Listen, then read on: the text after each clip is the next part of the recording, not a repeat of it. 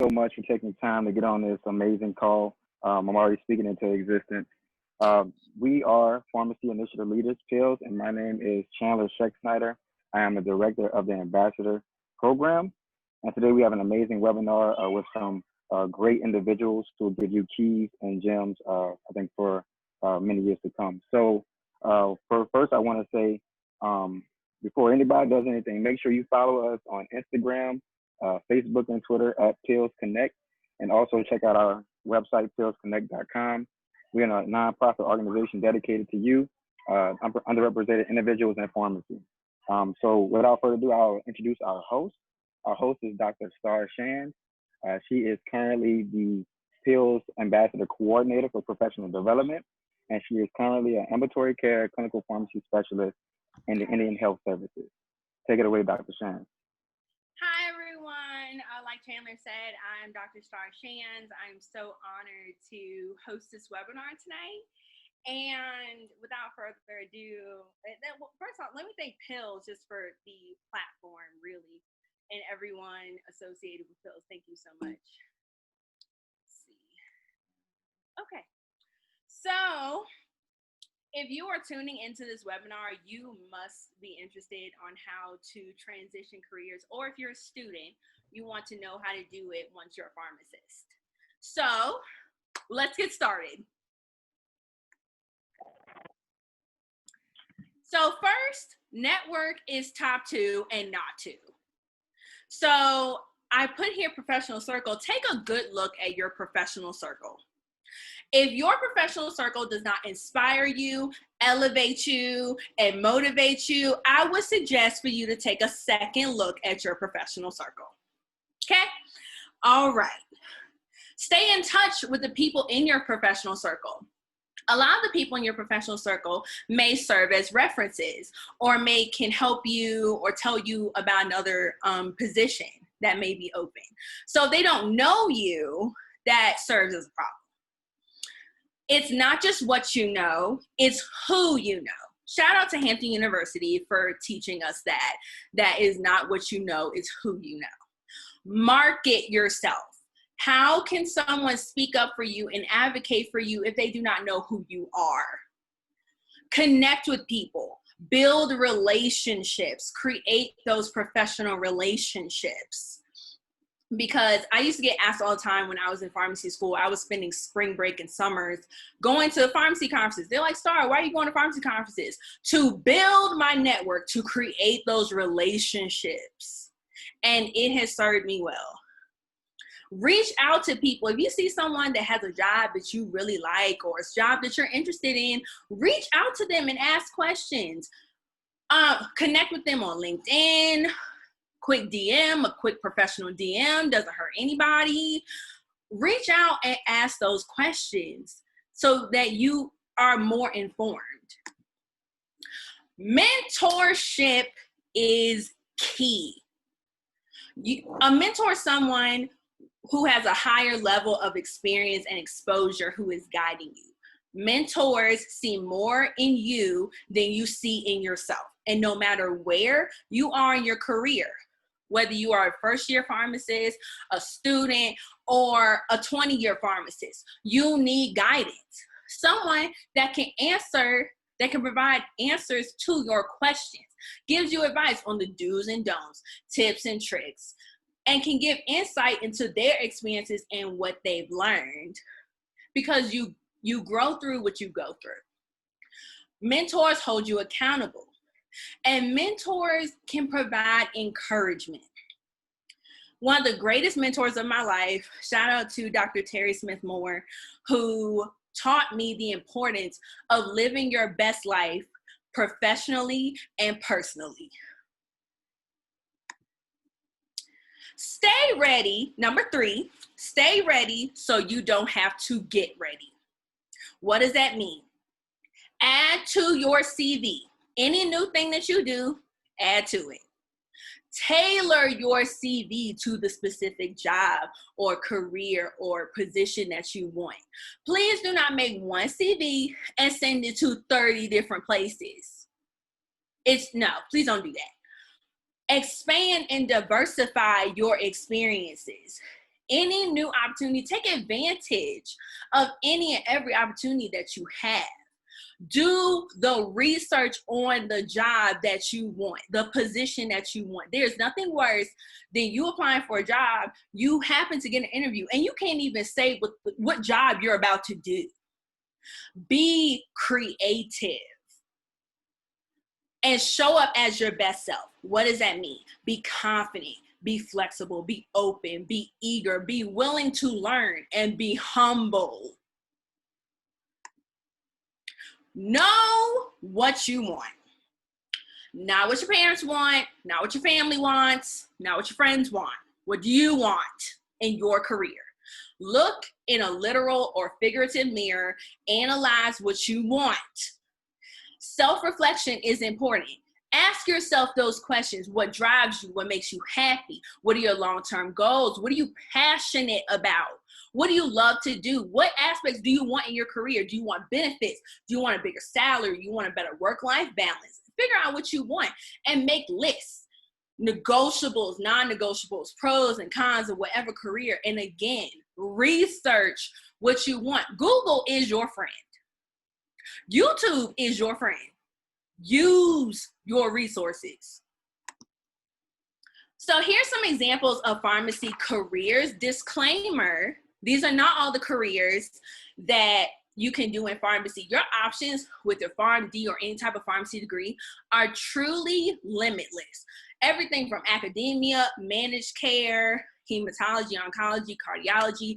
Shameless plug, a lot of our pills ambassadors work in these respective areas. So please connect with some pills ambassadors. We are an amazing group full of diverse experiences. And here's some more pharmacy careers. Mail service, being MSL, medical science liaison, military, pediatrics, research and development, toxicology, reg affairs. You have it all here. The world is truly your oyster when it comes to pharmacy. Number 5, apply with a purpose. LinkedIn, Glassdoor, direct websites, you have it. You can apply. There's so many avenues to apply places, but apply with intention. Know the jobs that you are applying for. Do not just put a CV wherever you can put a CV at. No, know what you want to apply to and apply with intention. Tailor your CV, your cover letter, what have you, to the position. Know the position you are applying for so that you can articulate your knowledge base. Network, because your network may serve as references. Students, I advocate, please join SNAFA. If you are not a member of SNAFA, go to snafa.org and register. Pharmacists, please join NAPA, National Pharmaceutical Association.org, APHA, ASHP, ACCP, AMCP. There's so many organizations out there to join, to build your network and create those relationships. My involvement with SNAFA, I would not be where I am today if it were not for my SNAF fam, the people I met in SNAFA. I wouldn't have the mentors. I wouldn't have connected with the people that led me to get the job that I currently have now. I am so grateful for network because some of those people served as my references for this position. And your references need to know who you are so they can speak on your work ethic, who you are as a person, your personality, your character. Somebody needs to put a person. They need to personalize your CV and your resume. It cannot just be a piece of paper. Number 6, do not focus on what you don't have. Take inventory of where you're at and use what you have to get what you want. Go above and beyond for the position. Take initiative to obtain whatever skill set that you don't have or that you need to get to where you want to be. Whatever you don't have, take initiative and get it. There are almost 150 pharmacy schools in the country. Somebody somewhere needs to precept a student from a pharmacy school. So preceptorship is very much available. Go back and do a residency or board certifications. Add more letters behind your name. A lot of pharmacy schools love guest lecturers, so there's so many opportunities for that, certificate training programs, or go back to school and get an additional career, not additional career, an additional degree, whether that's in MPH or an MBA. Expand your CV, add more to it to be that competitive candidate. Number 7, motivation versus commitment. That is asking the quintessential question, what do you want? What is your driving factor? What motivates you to go after your goals? What are your, identifying your wants? What are your superficial wants versus your true inherent wants? Superficial, is that more money in the bank? Is that a better title? True inherent wants, walking in your purpose, working and going after your passion. Keep in mind, with that being said, that flexibility is important. Flexibility on location. For example, I currently work in New Mexico. I am from Virginia, 804, born and raised. I never thought that I would ever leave the East Coast for my position. And I did, because my dream job was out here, and it is by far one of the best decisions that I made.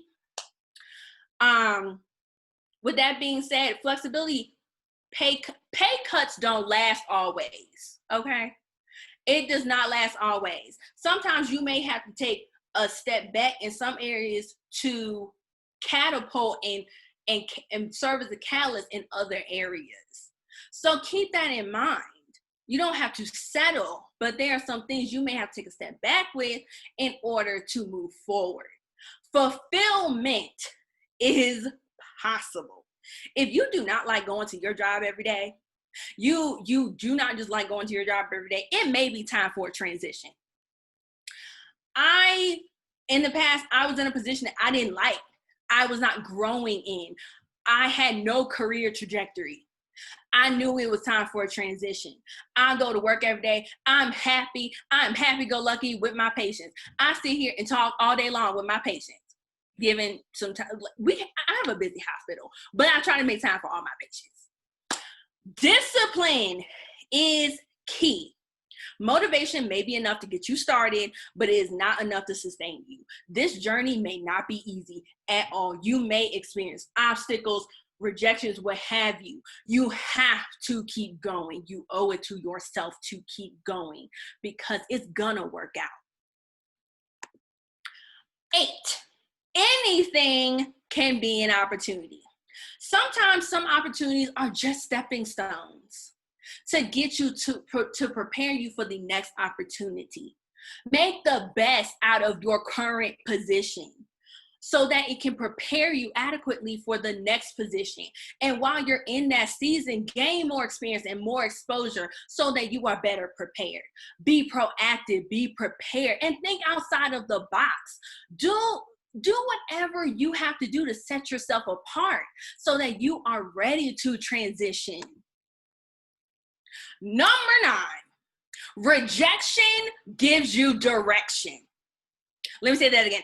Rejection gives you direction. A lot of people, once they get that first rejection in their email, they're like, you know what, this is just not for me. Delay is not denial. Like right now, there's probably about 10 solid rejection emails in my inbox right now. That's fine, because with that being said, it took all of that, the disappointments, the setbacks, the rejection, the position has already been filled, to get me to my dream job right now. Plan A didn't work out. Plan B didn't work out. Plan C looking a little shady.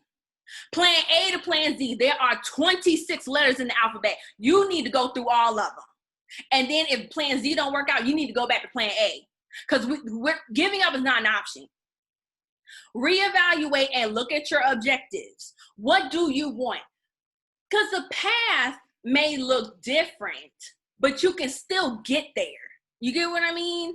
Learn from your experience in order to improve and set yourself up. I am grateful every single day for rejection, because rejection got me here. It may hurt a little bit. Your pride may be hurt a little bit, but keep going. Fail forward. Every time you get set back, that gives you more motivation to keep going forward, because it's going to work out. And this is coming from a person who got a lot of rejections along the way. It will work out.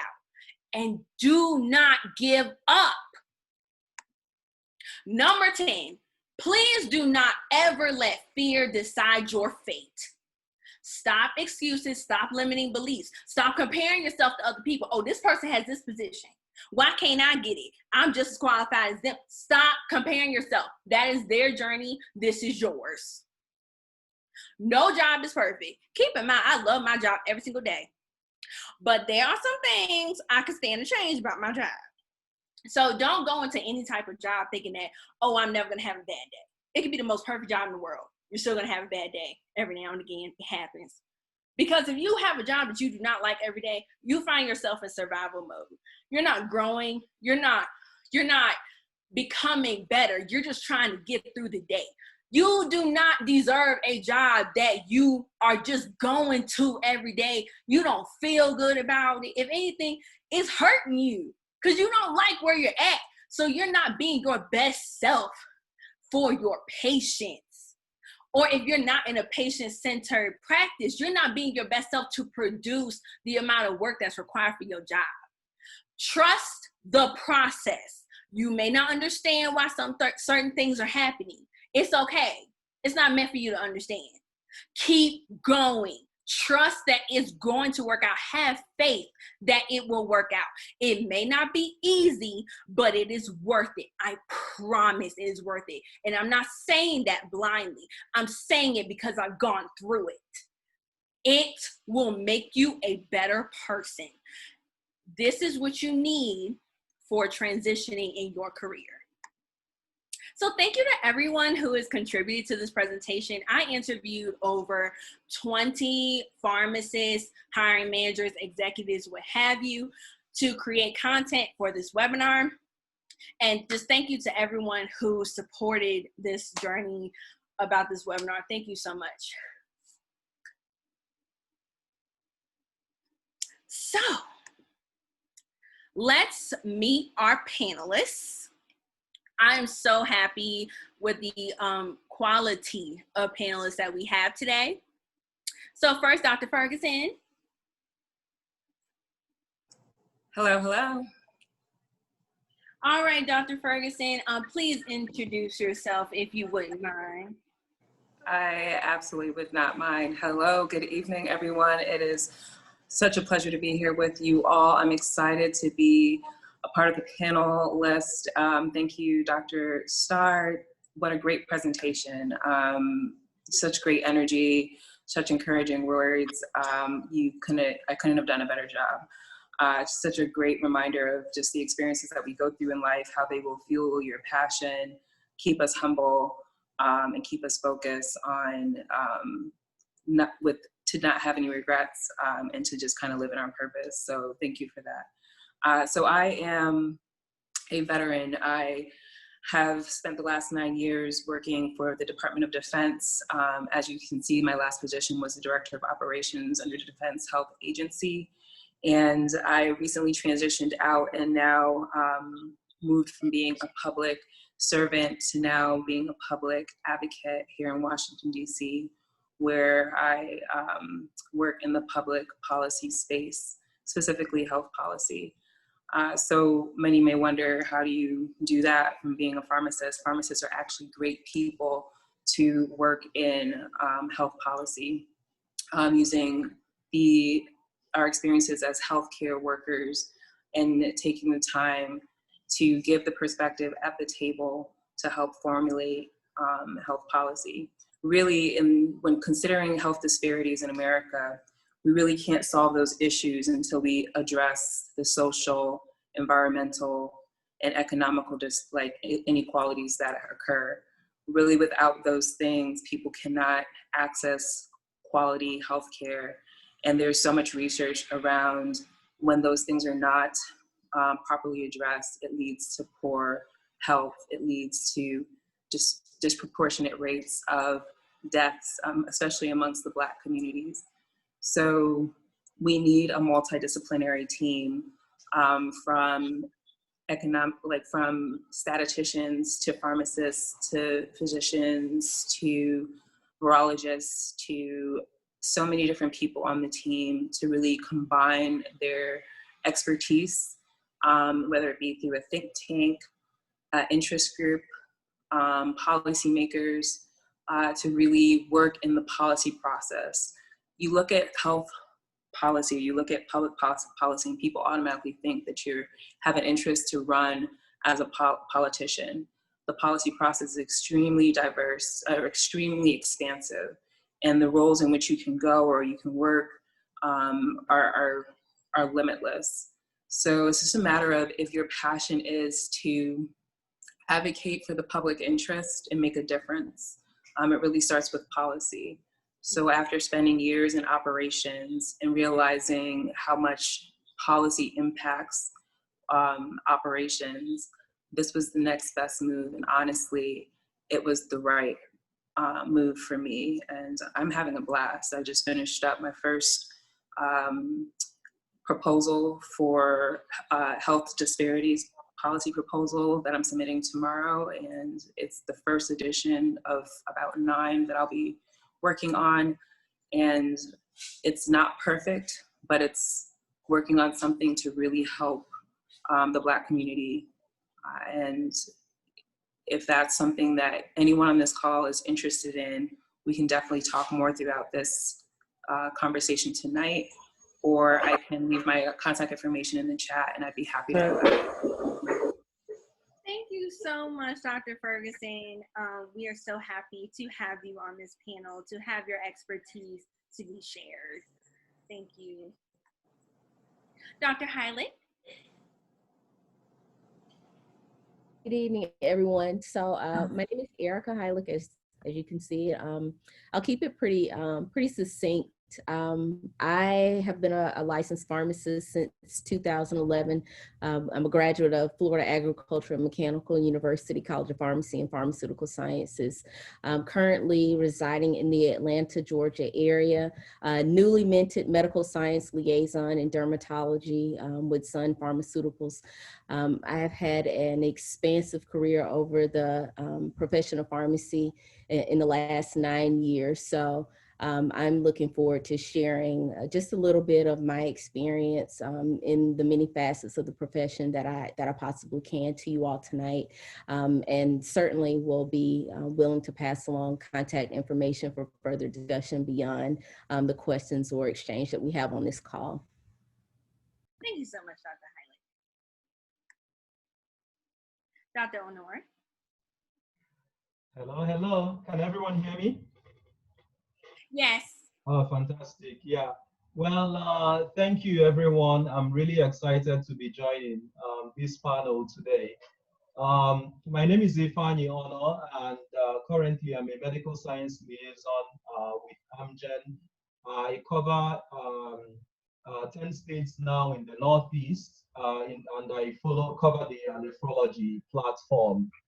Prior to my current position, I was in pharmacy academia for 7 years. I was faculty at Xavier. I spent about 5 years as an assistant professor and was promoted to an associate professor of pharmacy before I decided to make a career transition. I think that's about it for now. I'm looking forward to the panel conversations that we are going to be having tonight. And I thank Starr for such a spirited opening presentation. And looking forward to the talk. Yeah. Thank you so much. And Dr. Strong.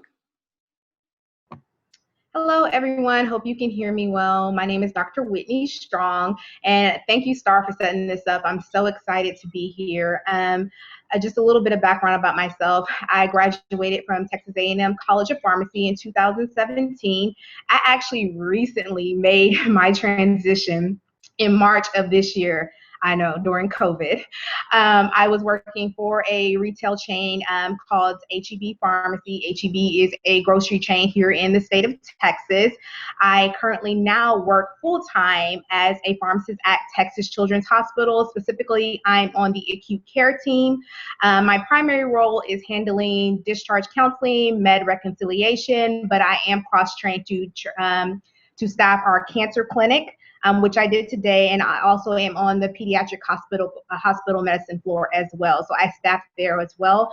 I'm really excited to get into some dialogue, answer questions, because like I stated, I graduated in 2017, and I've been trying to make the transition for about 2.5 years, and I finally was able to accept a position this year in March. So I am definitely here for a resource to answer any questions you may have. Thank you so much, Dr. Strong. As you can see, we have a very strong panel here to answer any and all questions. We are going to try and get to all of the questions tonight. If we cannot, please feel free. We will all give our contact information. And if you have any questions, please feel free to reach out or go to our website at pillsconnect.com. I want to say that's our, So let's discuss transitioning in your career at every stage. So first question I have for all the speakers is, how did you decide to apply for the job or position in your respective fields of pharmacy? We can just go in alphabetical order. So Dr. Ferguson.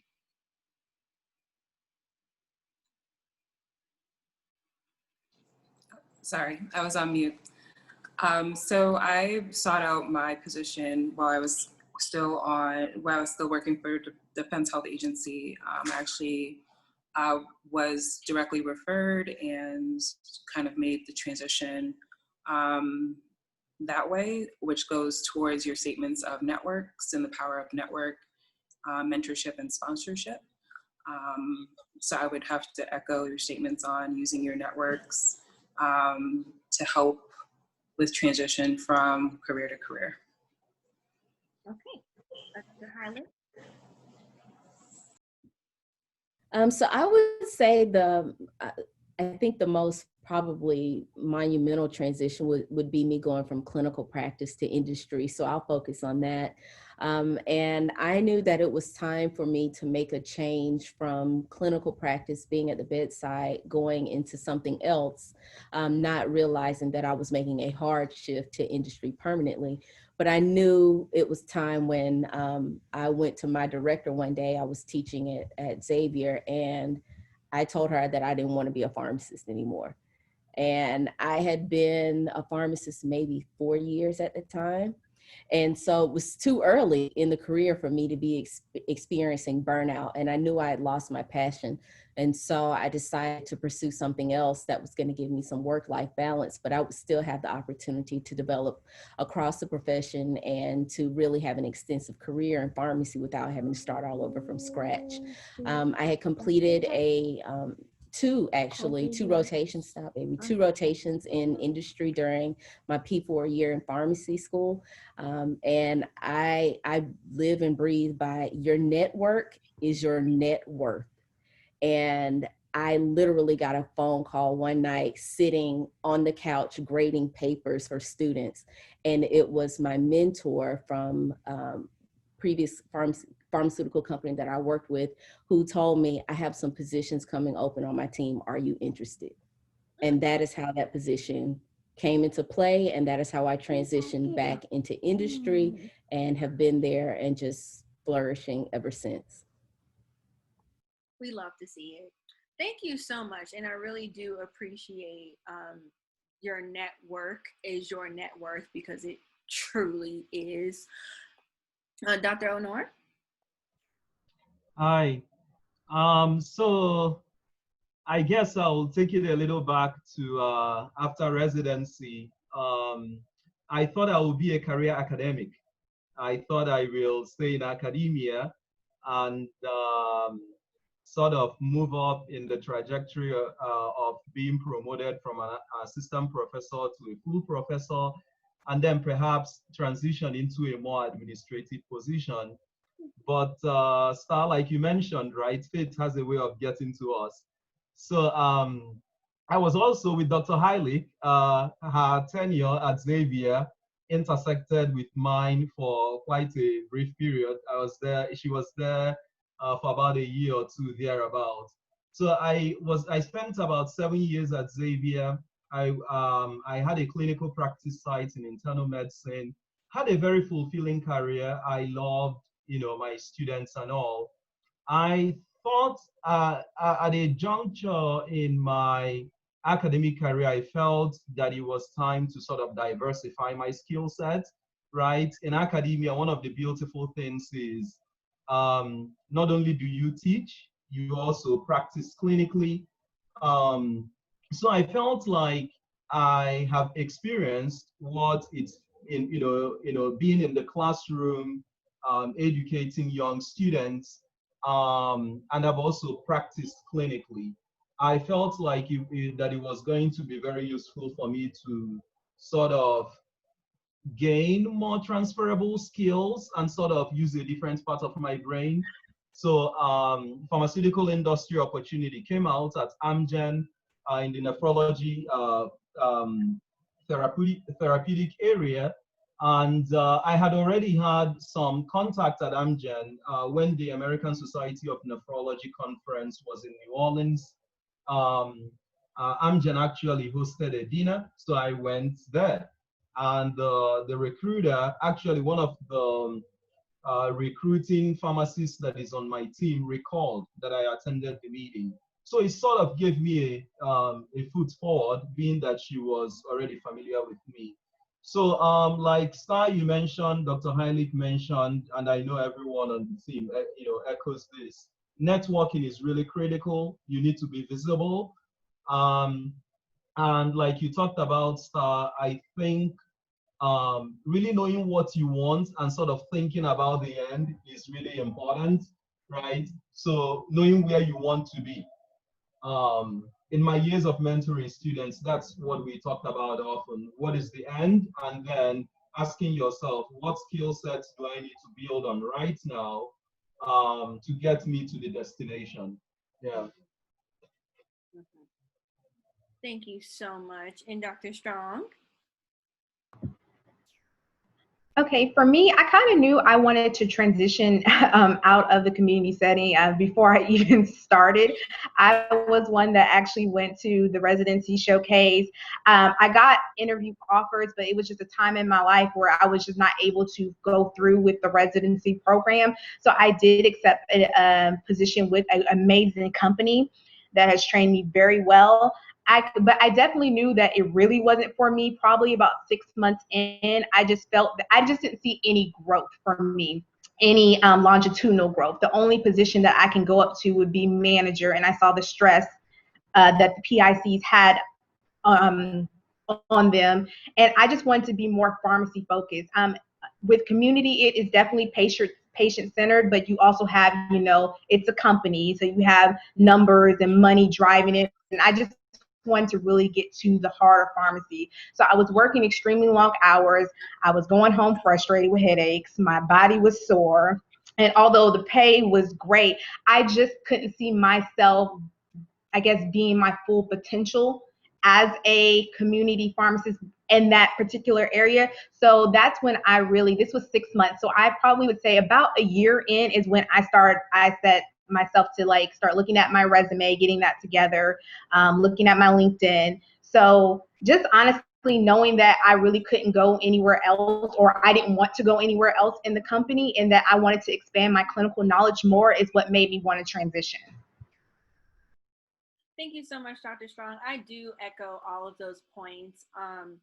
I actually transitioned from a major company. I transitioned from Walgreens to my current position with IHS. I sincerely do echo all of those points. I did want to be more pharmacy focused, as well as have patient care. I love patients, always have. And there were aspects of retail that I did like, but there were aspects that I did not. And for me, I felt like ambulatory care was great for me in regards to what I wanted. So thank you all for your insight on that question. Now, we did have a poll and we got a bunch of questions from our viewers. So let's try and get to some of those questions, if not all. So, what is the best way to transition into clinical pharmacy without going back to complete a residency? Is this one Mike? Yes. Dr. Strong, would you mind answering this question? Okay, so really quick, I do want to say, I know it's transitioning into clinical pharmacy. I will say you have to be careful with that title of clinical pharmacist, because I will say that actual title of a clinical pharmacist for some organization, it does take either a residency or years of experience to get that quote unquote title. Now you could get into something such as myself where you do clinical aspects, and I'm still considered an acute care staff pharmacist, but I don't have the title of a clinical, because most of our clinical pharmacists do have residency. So I do want to point that out. But I'm looking at the question, sorry. The best way that I will say that I transition from community into my current position, I will say this: your network. It could be anybody from that you met maybe in your undergraduate degree. It could be somebody in pharmacy school. Every time you meet someone, it's a connection and you leave a presence with them. So definitely your network. Also, the best way when you're trying to transition is make sure, I think Starr, you pointed this out in your slide, be ready so you don't have to get ready. So when I was transitioning, I made sure that not only I was networking, I joined pills, I spoke with other pharmacists, but I also made sure that my LinkedIn was very professional looking with my headshot. My resume was together.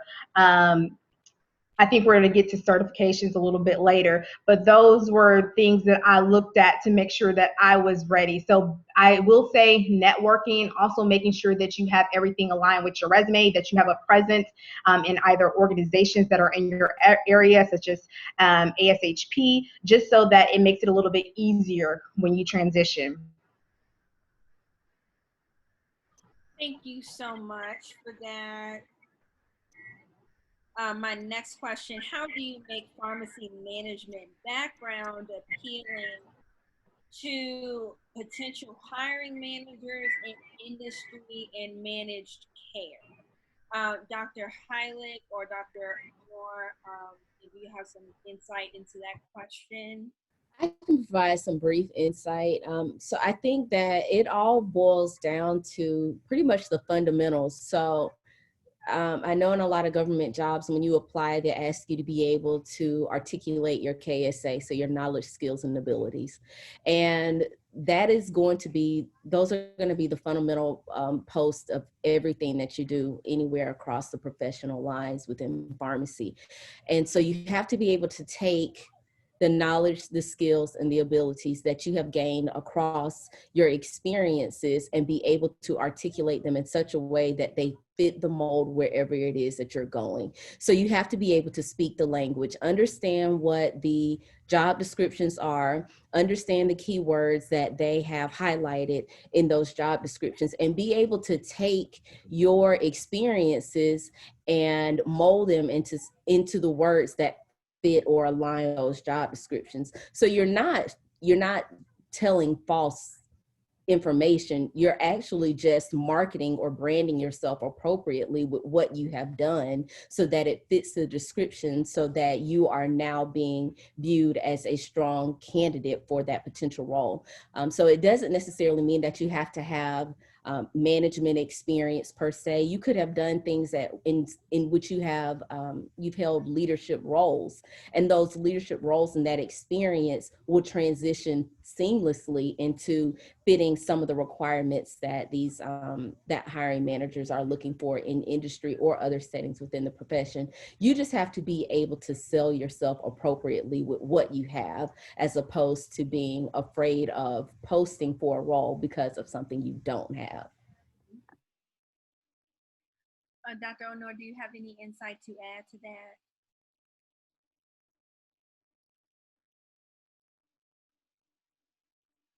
Oh, I was talking, my mic was on mute. I didn't quite get the full question. I gathered through Dr. Heilig's response, it was about transitioning it as a manager into a manager position. So how do you make a pharmacy management background appealing to potential hiring managers in industry and or managed care?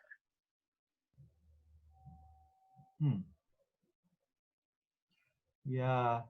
So what I will say, if someone has a manager experience and they are wanting to make, focus on the question that addresses the industry part, I'll say to think about what position, first of all, you are looking in to have in pharmaceutical industry. One of the more common roles is the medical science liaison position. It's highly coveted. I think the type of skill set that helps us people be competitive for the position is actually having some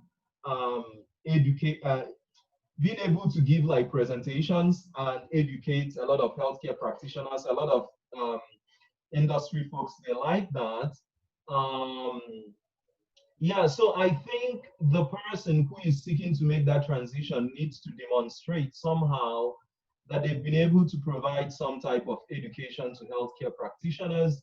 They need to also show that they can initiate and maintain relationships with healthcare practitioners, and also have the ability to, interpret studies and stuff like that, and sort of condense study in a digestible way. I think those are some of the skill set that is being looked for, along with all the other things we've mentioned, networking and so on. Thank you so much. We do love to see it. So the next question would be, what advice do you have for a pharmacist with only retail experience who wants to transition to a clinical role? Is residency the only way? Are there certifications I can obtain instead without 5 years of experience? So Dr. Strong, and I feel like I can add on to this question as well, but please go first. Okay, yes. So residency is not the only way. I think that residency gives you an advantage when you're going to apply, but it's definitely not the only way. Just to touch brief on certifications, when I was realizing that I wanted to transition, I was applying to like every hospital job that came up, and I was just getting rejection after rejection after rejection. And that was okay, because in that time, I was able to see what else, other options I had just within my company if I wanted to expand my own knowledge. So actually knowing someone that I had went to undergrad with, who went to pharmacy school, was a pharmacist at CVS, I saw that she had got her board certification in geriatric pharmacy. And I was like, huh, you work for CVS, she was a PIC, how did you get your BCGP? And she was like, technically, if you serve a patient population that is 50% geriatric and you have 2 years of experience, there's certain criteria that they have a list on their website. And honestly, a community pharmacist meets most of those descriptions. I actually called the board and they said that I did meet the qualifications. So if I hadn't transitioned, I was definitely going to look at getting my BCGP, because my patient population, I did have a high geriatric population.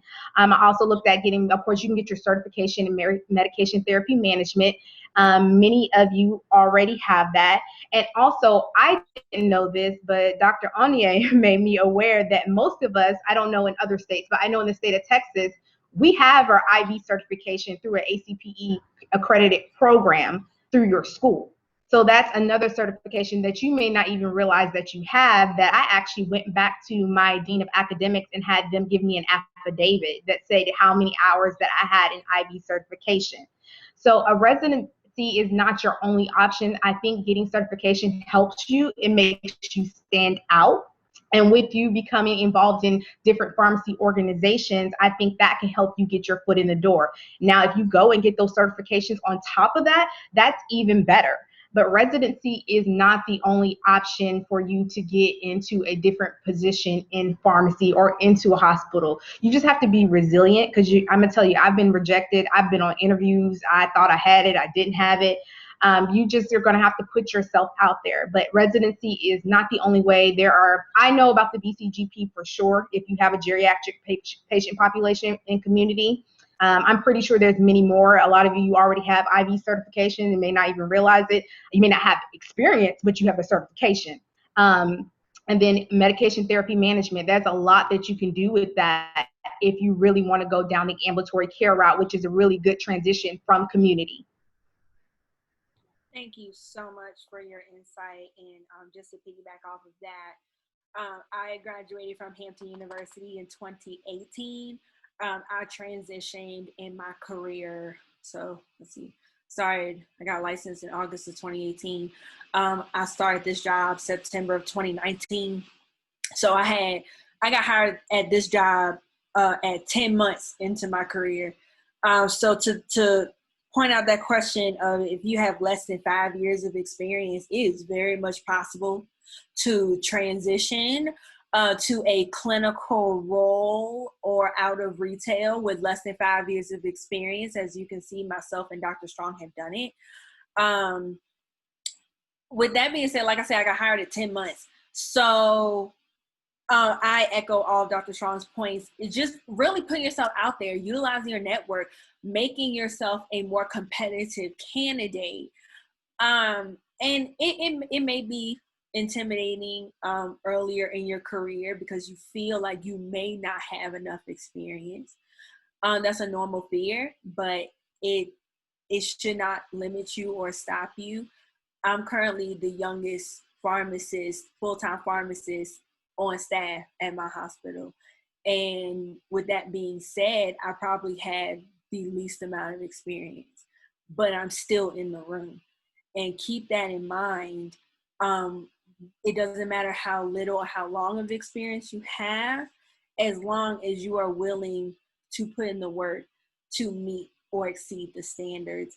And there was also another question that said, how difficult is it to transition from retail to hospital after working in retail only for over 15 years? So I guess Dr. Strong and I can go to more the lesser years, but I think the same sentiments still apply across the board. Expand your network, expand your resources, put yourself out there and network. The same advice, I think, should be. I would want to say, what's the year you said, 15 years?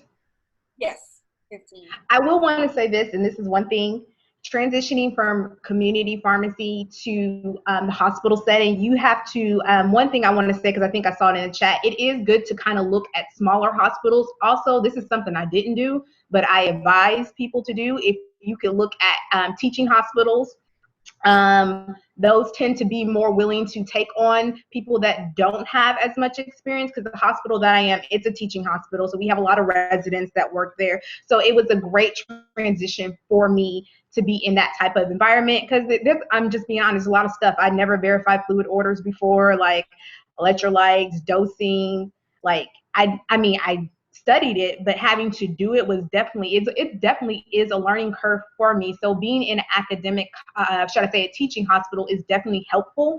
And because there's residents as well and they're learning, and it's also helping me. So I do recommend, if you could try to go to more of a smaller community hospital or a teaching hospital, that is best. And I'm going to tell anybody, if you're transitioning from community or anything that's a for-profit organization where they made a lot of money, you're probably going to take a good little pay cut, probably 30%. So for those who, and I know it, but for 15 years, you have to kind of weigh that out too. Everyone's situation is different, but I will say there is more than likely, especially if you're going for a not-for-profit hospital, that it is going to be a decrease in salary. But if you're really wanting, you have that drive to expand your knowledge and you want to boost your career, sometimes it's delayed gratification. You may have to take that little bit of the salary decrease just so you can get to where you want to go and ultimately be happy and fulfilled in your career. Thank you so much, Dr. Strong.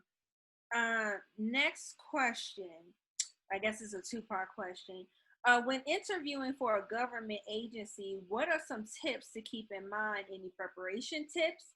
And once you have a position with a government agency, how easy is it to switch path to a different agency? Dr. Ferguson? So I would definitely, for tips with government agencies, I would recommend two things. So being prepared about what you know about the government agency, definitely taking the time to look at the requirements for the position, and matching your curriculum vitae as far as your experiences against the requirements for the position. When you get into the interview, being able to speak to those experiences against the actual description of the position, and give actual experiences. When interviewing some of the applicants for positions, whether I was in the director of operations role or when I was the chief of pharmacy position, it was really important that they could demonstrate their roles as staff pharmacists or clinical pharmacists for the positions that they were applying for, or that they could demonstrate that they had those experiences. So just being able to read the position description is typically what we call it, and explain how they had those years of experiences and would be, or would show that they are comfortable in those roles, whether it be clinical or staff, just working the line as a staff pharmacist. Once you're in the government role position, you pretty much, it's very easy to either transition, not easy, I will say that once you're in the system, transitioning as a GS employee from agency to agency becomes comparatively easy. It's just the matter of getting into the system. So it's whether you're working with DOD or you want to transition to the FDA, NIH, etc. A lot of times, especially when applying for the FDA, they want you to have some sort of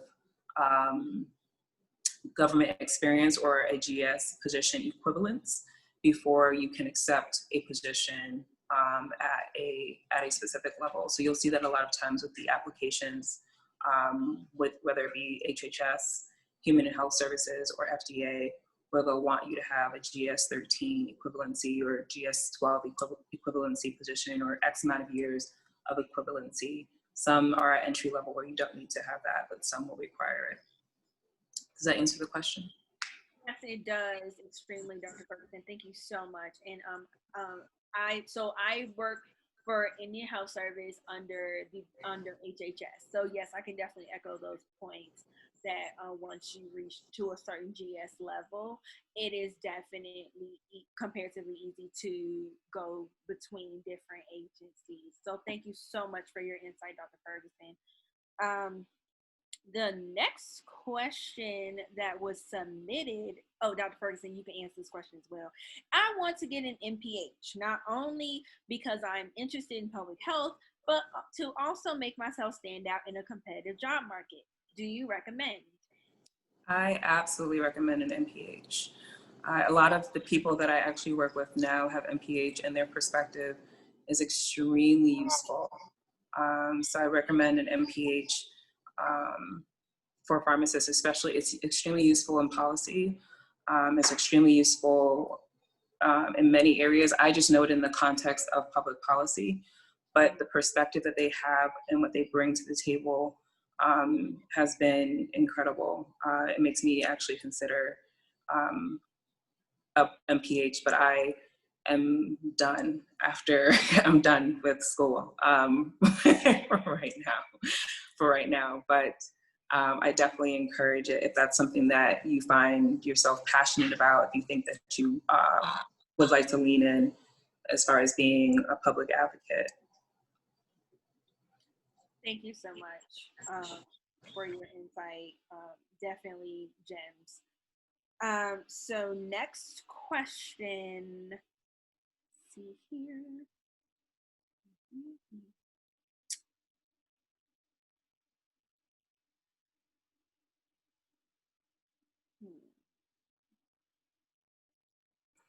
What options do we have with no residency or board certifications coming to retail? So here's a kicker with this question. Unable to relocate. Dr. Strong, so not wanting to leave, but you're coming from retail. Do you have any insight on that? Yeah, I can completely give some insight because I didn't want to leave the city of Houston. Now, I will say I was open to it, but when I prayed on it, I didn't want to leave the city of Houston, or I would have to be in another major city. I would say with that, your options is, first of all, realize that you are limiting yourself and that you're probably going to have some rejection and it's going to take maybe a little bit longer, but it's not impossible. I will say get involved with local pharmacy organizations within your area, whether it's the local ASHP chapter, whether it's reaching out to somebody who, I don't know where you live, that's in pills that may be in the area. You're going to have to network with all the pharmacists that are in your area. And also just put your application out for the position that you want. It was hospital, correct? Transitioning from retail to hospital, correct, Starr? Yes. Yes, in hospital. I will say, being that you want to stay in a limited area, like that's how I was. I personally, I know we were saying, research, make sure you're doing what you want. I was applying to every opportunity that I could get in the Houston area because I knew that I really wanted to transition. And if I could just get my foot in the door, I'm resilient enough. And I just wanted it so bad that I was like, I could withstand a year of maybe not the ideal job, because sometimes you have to take it's not ideal to get to where you want, especially when you're trying to transition from community into hospital. So a lot of times, like you may be a staff pharmacist, but there's opportunity for growth. And if you're that dedicated and you're that passionate about growing your career, whatever position you get in the hospital setting, you can work yourself up, you work your way up. Oh, yeah. So with limiting, wanting to stay in a city, yes, you're kind of limited, but you have to realize that and be like, okay, I may have to apply for any hospital position I can get just to get in the door. And also you really have to expand your network within that area that you're in. So like getting involved with local chapters there, just so you can meet other pharmacists. And when you're doing that, make sure your resume is up to par, because you may meet somebody and they say, send me your resume via email. You can't wait a week to send them the resume. You really need to just have it ready. So that's my recommendation. We really do love these stepping stone opportunities. Thank you so much, Dr. Strong. So our next question is, how can you network during COVID? Dr. Heilig, can you give some insight on that question, how to network during COVID? Sure. So I put a short answer in the chat, but just to kind of recap that, you have to understand that everyone is working in what we continue to hear is unprecedented times. So it's not just networking during COVID now, it is working during COVID. Stop, baby. So a lot of companies and a lot of employees have been forced into a virtual environment. And as a result of that, you're having to now lean in and leverage things like LinkedIn, like Twitter, like your social media accounts, and even just your existing network, which means you're talking to the people that you are already connected to take it a step further to find out who they're connected to. So literally you are double clicking on, that's a Lily term, you're double clicking on your network to really expand and explore what that 6 degrees of separation is all about. So this is the time when you're sitting at home and you have some downtime, instead of being on social media, just kind of, shucking and jiving, as my grandmother used to say. You are really just digging in and talking to people and having fruitful conversation, or you're commenting on a post, or you're sending a meaningful message to connect to someone. So it is absolutely possible to do it and to do it well during COVID. You just have to be able to confidently do it. If you're not confident about it, that's okay. You need to have that real talk with yourself. And now, tap into your coach or your mentor, whomever that may be, and have them to prep and practice with you so that you can start to engage, because this is going to be a necessary skill by the time you get out of school. Thank you so much, Dr. Heilig. So next question is,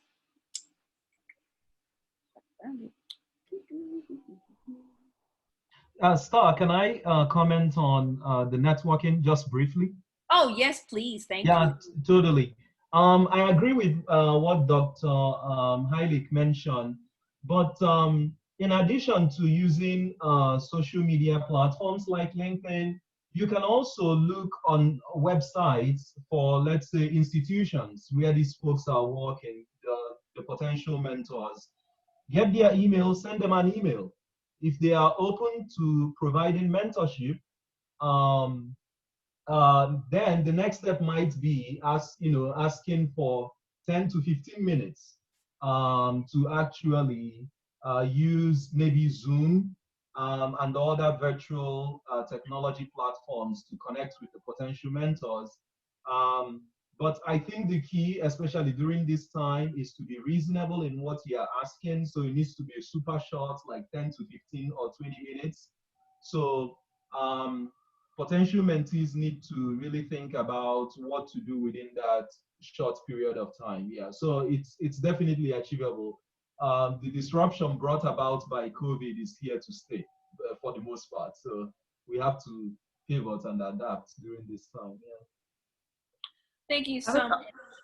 I would also like to just quickly chime in. There's something that we do in my network called informational coffee. So we usually do it in person, but you can extend it via Zoom, and you just kind of ask through email if you can do an informational coffee, or just meet with someone. But I would recommend that when you make this connection, that if they mention anyone that you should connect with, that you see if they can do an informal introduction or a formal introduction or email introduction, just to help you expand on your network and grow your network, because that opportunity for you to grow your network is what's going to help you with connections later on that you may need. Thank you so much. So we're just going to ask just like 2 or 3 more questions just to wrap up. So another question, Dr. Onor, I think you'd be great for this question. It's a 2-part question. What steps do you suggest I take what steps do you suggest I take if my career goal is to be a leader in pharmaceutical industry? And what advice do you have for a transition from hospital pharmacy to industry pharmacy? Dr. Onor, Dr. Heilig, Dr. Onor first.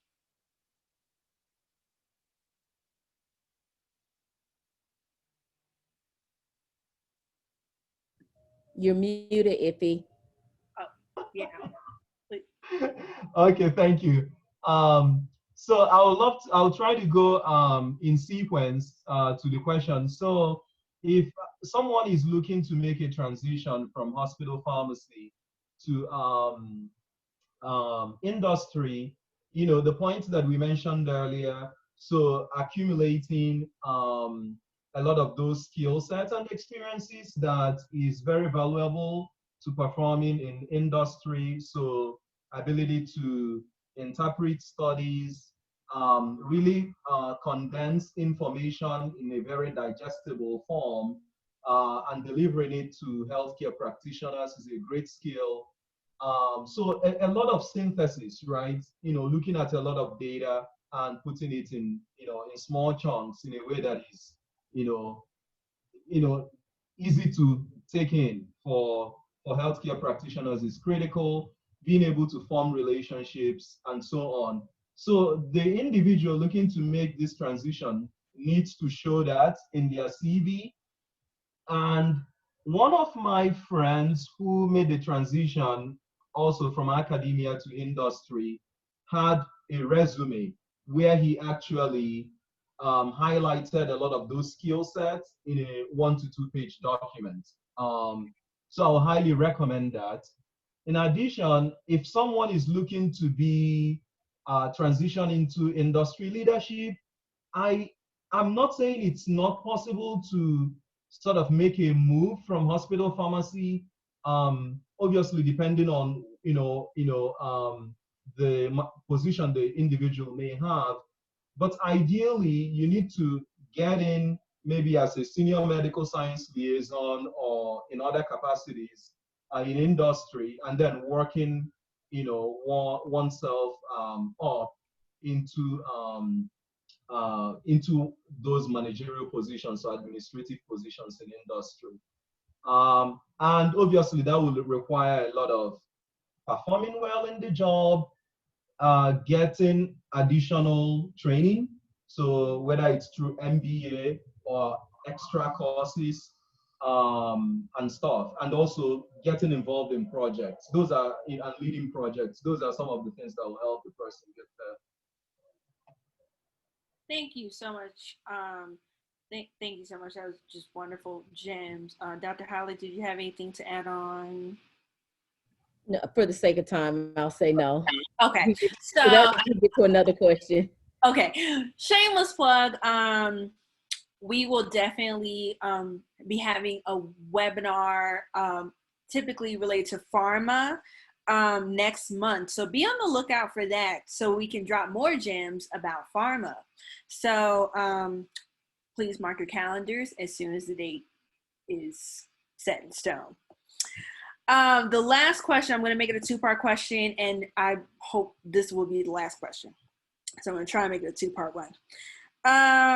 What skills should a pharmacy student work on now to help with transitions in pharmacy? And what advice would you give to your younger self? I'll go first. Okay. So I'll go first on this. And this is speaking from, so I used to coordinate the APPE program at Lilly.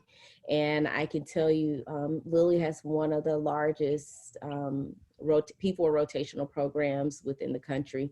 I think at the time when I transitioned the program over, we had contracts with over 105 pharmacy schools across the nation, coast to coast, and we're taking on average about 115 students a year. And so what's very important when you are getting to that P3, P4 curve and you're looking to try to begin to transition from student to pharmacist or student to resident, student to fellow, what's important is diversity in your background. So you should be diversifying yourself from day one. That's your network, your exposure, your experiences. It is my strong belief, and if I could tell my younger self this, this is one of the things I would tell my younger self in pharmacy school, is to do an internship after P1 and after P2 year. They are there, but no one really tells you about that. And so it's kind of one of those things, hindsight is 20/20. So I would definitely start seeking out those internship opportunities after your P1 and P2 year. That way, by the time you get to P3, you've already set a really good foundation for yourself to start to move into something else. Really leverage your P4 year to be a diverse year for you. You want to touch as many spaces as possible across the profession so that you can make sound decisions about what your career trajectory is going to look like once you graduate, and you should be making a decision about whether you're going to pursue residency or fellowship at the end of your it should be solid at the end of your P3 year, because in August, you should be planning and executing if you are pursuing for that next year. The only other thing I would go back and tell my younger self is to have no fear, is to be fearless and allow someone else to tell me no before I tell myself no. So if there's something that you're interested in doing, do it, apply, post, go, try, have no limits, because you will really find that you will grow and you will glow so much more if you just give yourself the opportunity to move freely within those spaces without putting confines on yourself early. Thank you so much. Dr. Ferguson. Yeah, I'll go next. I just want to echo Dr. Heilich, really great point. So I would have to definitely echo the point on diversity of experiences. It definitely was the various experiences that I had that shaped me learning what I wanted to do for the rest of my life. So I'm going to try to keep this extremely brief because I want to make sure everyone else has time. In addition to diversity of experiences, there are a few things that they don't really emphasize in pharmacy school that I think is necessary to have. As a working professional, we don't have enough courses to prepare us for leadership and practicing leadership in our position. We're kind of thrown in as a person to go to kind of control the operation of pharmacy, right? The technicians look to us, the patients look to us, and managing an operation without firm leadership skills, unless you're just a natural born leader, is challenging. So definitely find opportunities where you can hone your leadership skills is one thing that I would challenge people to do. Healthcare is changing. There's a huge tech space that is coming up right now between Google and Apple. It's not something that they're really talking about in pharmacy schools, but I would definitely encourage people to look into how healthcare is merging with the tech space and seeing if that's something that interests you. Maybe a great opportunity to make a lot of money using your expertise as either a consultant or in that space. And policy is not something that's discussed in pharmacy school, but even at the intersection of tech space and public policy is also a great place to use your pharmacy skills. So the things that we don't or that are not being discussed enough in pharmacy school, I would definitely take the time, if you're in pharmacy school now or a new graduate or a practicing provider, to take some time and just look into those things and see how you can develop yourself as far as more experiences, policy, tech space, and leadership. Thank you so much, Dr. Ferguson. Dr. Onor. In the interest of time, I don't know what additional I may add actually, but I'll say in the current environment that we are in, I will also emphasize the importance of networking. So network, and also continue to think about what you want to do and be strategic in selecting the mentors that can actually help you navigate what experiences you need to get to the destination where you want to go. So that's probably what I will advise to my young self. I was a little bit on the shy side, so I probably would say, yeah, just be patient with yourself. You are going to be encountering a lot of not so, comfortable situations as an introvert or whatever, if that applies to some of our listeners. And then, you are going to build and grow and develop into the great professionals. So be patient with yourself. Yeah. Thank you. And last but definitely not least, Dr. Strong. Yes, I echo what everyone else is saying. Definitely diversify your experience. Also network. I know we spoke a lot about external network, but make sure, this is one thing I didn't do, network within your company. When I was working in the community, I kind of isolated myself and it was just me because I was kind of frustrated. Like, network within your own company because they're your reference. So you never want your manager or someone, your colleague that you currently work for, to be like, oh, that person she was never happy, she always was down when she came, didn't seem like he or she wanted to be there. So also network in your company because you never know what God has in store for you or where you're going to be next. So just always remember that. And one thing I wish I would have done, if I could tell my younger self, is be appreciative of where you're at. And sometimes we focus about where we're going and where we want to be, that we forget to get the lessons and the blessings for where we're at in that moment. Looking back on my experience as a community pharmacist, there's so many valuable lessons that I look back that I actually learned from it. And just be appreciative of where you're at. Yes, you have the desire to go other places, but never miss the season and take advantage of the season that you're in, or miss the opportunity to take advantage of the season that you're in, because the season that you're in is preparing you for your next. So everything that you're at, that job that you may not like the best, you can learn something from that position and use it for your next. We really do love to see it. Thank you so much, this wonderful panel. That is the end of this webinar. I'm so grateful to have hosted it, this phenomenal panel. Dr. Ferguson, Dr. Onor, Dr. Heilig, Dr. Strong, thank you so much to everyone in pills who made this event possible. Just so much gratitude, so much thanks. Everyone, please follow at Pills Connect on Instagram and check out our website at pillsconnect.com. And next month, please tune in for a webinar more so focused on pharma and how you can navigate in the pharmaceutical industry space. Thank you so much, everyone. Thanks for tuning in. Have a great night. It's been great.